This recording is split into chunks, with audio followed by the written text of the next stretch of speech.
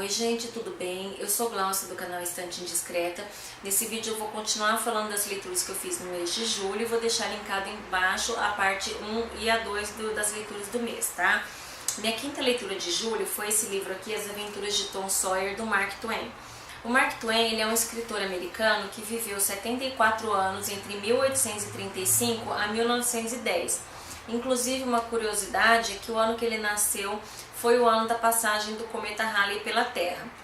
Ele costumava até fazer um pouco de piada em torno disso, que ele era considerado meio que um humorista, né? Ele era um grande frasista, que eu compararia ao nosso Milor, né? Uma das frases famosas dele é que o clássico é aquele livro que todo mundo conhece, mas ninguém leu.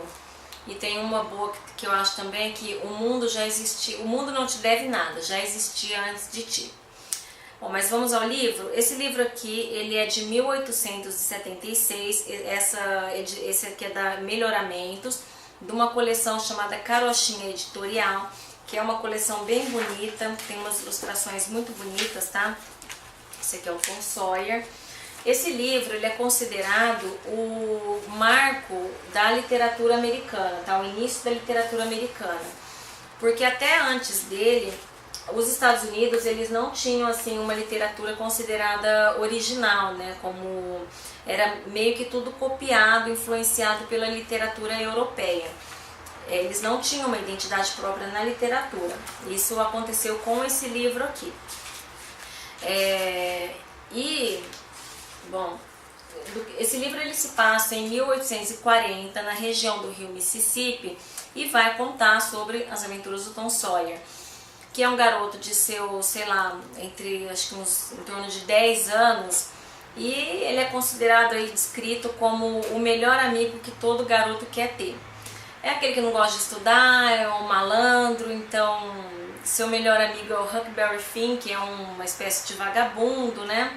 Então é um livro bastante divertido e foi um livro que eu esperei muito tempo para ler, só não havia feito a leitura antes porque eu estava esperando por uma edição melhor, tá? Essa edição aqui da Melhoramentos, ela tá bastante elogiada, mas talvez por eu ter esperado tanto desse livro, eu acabei me decepcionando um pouco.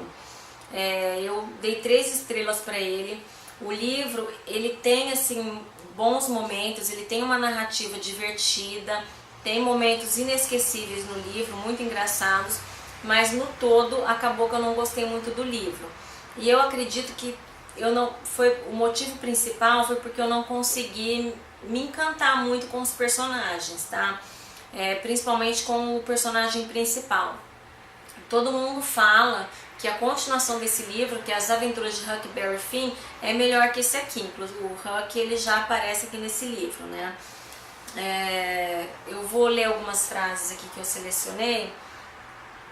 O final desse livro, ele tem uma espécie de pós-fácil, que são informações do Luiz Antônio Aguiar, e é bastante interessante porque ele vai fazer uma definição do que é um clássico, e ele vai falar também sobre o ano do aparecimento desse livro, falando sobre o contexto histórico em que ele apareceu e por que esse livro é importante. Então eu acho que eu gostei mais desse pós-fácil do que do livro em si.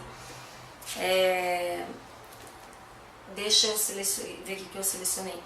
Bom, acabou descobrindo uma grande lei da humanidade, sem saber dar-lhe um nome exato, ou seja, para um homem ou um garoto desejar uma coisa, apenas é necessário tornar essa coisa difícil de atingir.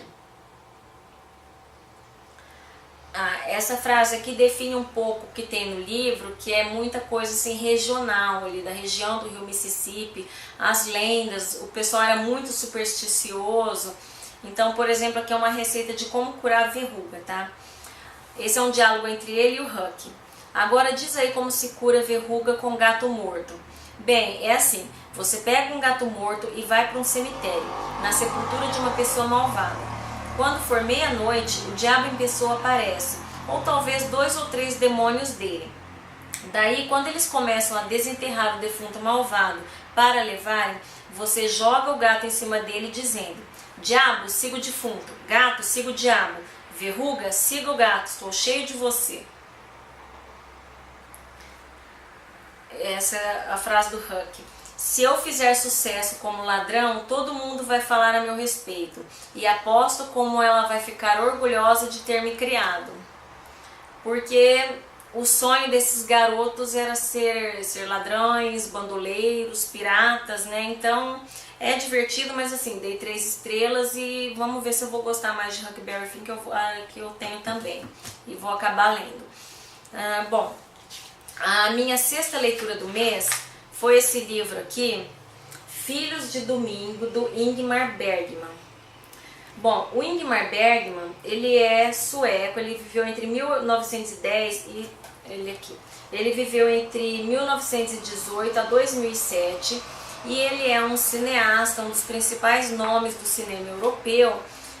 E os temas comuns nos filmes dele são a morte, a fé, solidão, memórias, né? Inclusive aquele filme muito famoso dele, O Sétimo Selo, que tem aquela cena conhecida da morte jogando xadrez ali, fala um pouco sobre essa questão da morte, né? E você encontra muito desses elementos já nesse livro. Eu acho que esse livro é o livro de capa mais feia que eu tenho aqui em casa. Ele é uma edição portuguesa, a editora se chama De Fel, a letra é gigantesca, tá? Eu encontrei meio que por acaso esse livro num cinema no Rio de Janeiro, mas eu gostei bastante desse livro, eu dei 4 estrelas para ele e ele é um livro autobiográfico. Ele vai falar sobre o Pooh, que é um garoto de 8 anos, que na verdade é o Bergman quando tinha seus 8 anos, e ele vai falar sobre, principalmente o foco desse livro é falar sobre um período em que o pai dele, que era uma pessoa muito rigorosa, ele era um pastor muito rígido na criação dos filhos, em que ele teve assim, um período de muita discussão com a mãe, né, num momento em que eles estavam chegando à conclusão que não queriam mais viver juntos. Então o livro vai falar basicamente desse momento da vida dele, né, em que a vida familiar ali está se desfazendo. É um livro bastante tocante. Eu vou ler alguns trechos aqui. Bom, aqui está descrevendo a casa que eles moravam, né, em que ele compara com a Arca de Noé. Noé também não era um construtor qualificado, mas apenas um piloto de uma barca no Eufrates, bem-humorado e um pouco bêbado. Mas o Senhor tinha lhe dado a faculdade de visionar, e ele tinha construído um barco espaçoso que iria passar por grandes dificuldades, como a casa dele, né, que estava passando por tempestade, por um dilúvio, né?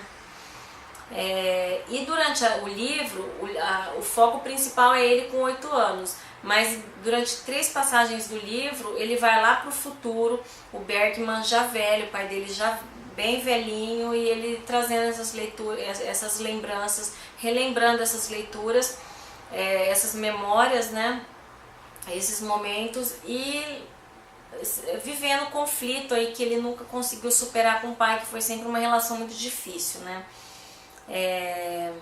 Então essa parte me deixou um pouco tocada. Olho para ele e penso que devia esquecer, mas não esqueço. Devia perdoar, mas não perdoo nada. Podia ter sentido um pouco de afeição, mas não consigo sentir nada. Ele é um estranho. Nunca vou sentir a sua falta. Não me refiro à pessoa que está morrendo lá dentro. Na verdade, não o conheço. Mas aquele homem que desempenhou um papel na minha vida já está esquecido e já partiu. Não, não é verdade. Gostaria de poder esquecê-lo. Então aí mostrando que ele ainda não havia superado, né, esse conflito com o pai dele, que não entra muito em detalhes nesse livro.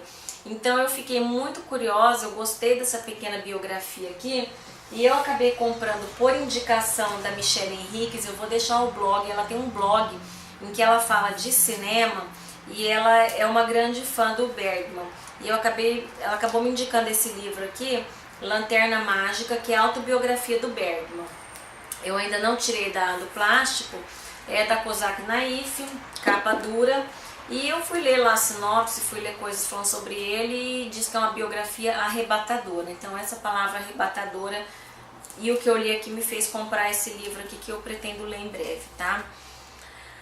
Bom, e para encerrar o mês, eu li esse aqui, O Clube Filosófico Dominical, que é um livro do Alexander Macau Smith, que é aqui a foto dele. O Alexander Macau Smith, ele é um escritor nascido na Rodésia, que era o Zimbábue.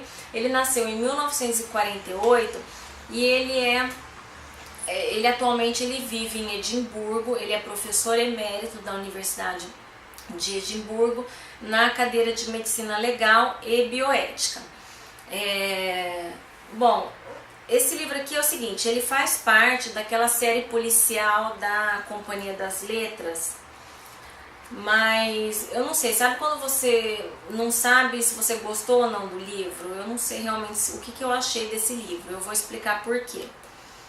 Eu comprei esse livro aqui porque eu sou uma grande fã do autor, depois que eu li a Agência Número 1 de Mulheres Detetives, que para mim é uma das melhores séries que eu já li.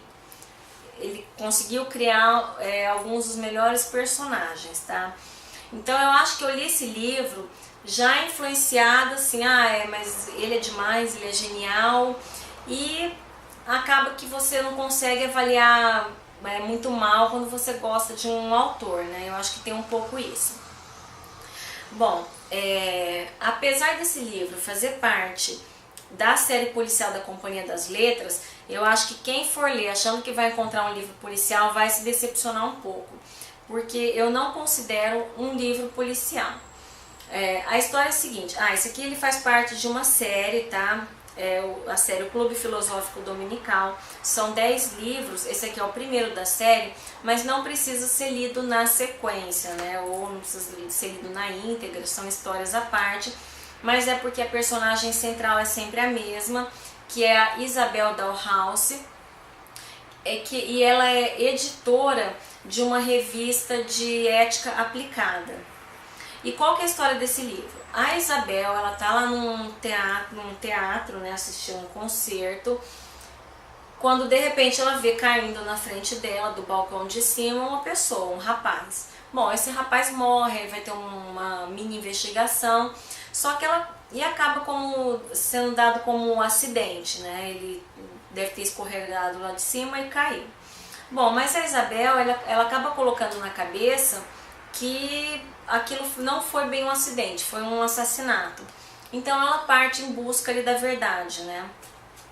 E acontecem várias coisas, né? Não é uma investigação policial assim, como a gente está acostumado nos livros de Agatha Christie. É uma coisa ali de uma pessoa leiga, ela é uma editora de uma revista de filosofia que se mete a tentar descobrir alguma verdade, né? Acho que no fim você acaba concluindo que era melhor que ela ficar quietinha no canto dela, porque por coisas assim que acontecem aqui. Mas é um livro interessante, tá? Eu acho que a coisa ali do crime, do assassinato é só um pano de fundo mesmo. A intenção que ele tem é trazer uma série de referências, principalmente sobre filosofia, um pouco de artes, muita coisa de ética que ele traz, né? Tem a própria história dela, a relação dela com uma sobrinha e o futuro noivo o noivo da sobrinha. Então é um livro divertido, tá? Ele tem um humor característico dele, que é aquele humor singelo. Então, assim, eu dei 4 estrelas, mas é como eu falei, eu tô um pouco suspeita para falar desse autor, tá? Bom, deixa eu ver o que eu selecionei aqui.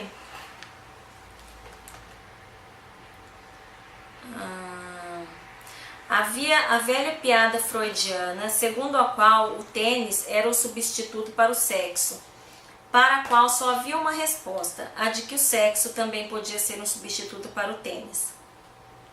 Bom, essa aqui quem tem gato vai poder julgar nessa próxima frase. Esses sociopatas, o que eles sentem? Como se sentem por dentro? São impassíveis, não sentem nada. Já reparou como os gatos ficam depois de fazer uma coisa errada? Permanecem absolutamente impassíveis. Os gatos são sociopatas, é da natureza deles. É assim que as pessoas erram, impensadamente, sem mais nem menos. Errar não era algo difícil, não era algo que exigisse grandes maquinações. fora Hannah Arendt quem chegar a essa conclusão, não? A banalidade do mal. Só o bem era heróico. Eu só anotei essa frase porque coincidentemente eu tinha acabado de assistir aquele filme Hannah Arendt, né?